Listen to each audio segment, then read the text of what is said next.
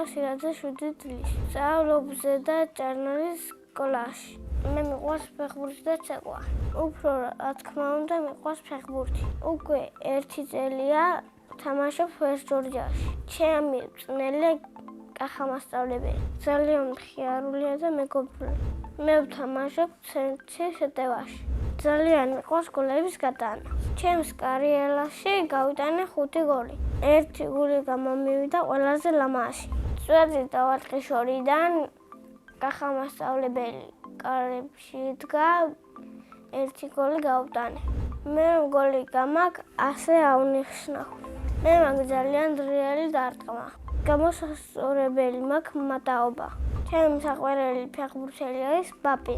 საყვარელი გუნდი არის რეალი. საქართველოს ნაკრებში მინდა ვითამაშა 10 ნომრით.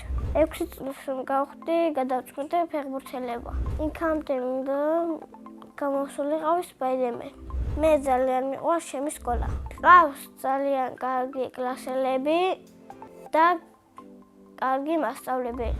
ჩემს კლასში ყველაზე მხიარულია ემილი გუნდაძე. ყველაზე ჭკვიანია დათუნა სარაშიძე. ყველაზე მშვიდია ბარბარე მამულაძე. მე ყველაზე სიმპათიური. კი ვარ სიმპათიური, მაგრამ შეყვარებული არ მყავს. ჯერ არც ერთი გოგო არ დამწონს. ცოლს მომყვან იქნები 60 წლის. მეყოლებია ერთი შვილი სანდრო. ჩემს ცოლს დავარქმევ დიას. ჩემი საყვარელი საგანია მათემატიკა. საყვარელი მასწავლებელია გუგული ფარცენაზი. კარგას მასწავლის, მაგრამ ბრაზიანია. ახლა მინდა ვიყო 8 წლის. ვიქნები უფრო ჭკვიანი და კარგი ბიჭი. სახლში ვცხოვრობთ მე, ბებო, მამა, დედა, ჩემი და კიდე მინდა მყავდეს 1 და 1 ძმა. ჩემი და არის 5 წლის და ქვია ანიტა.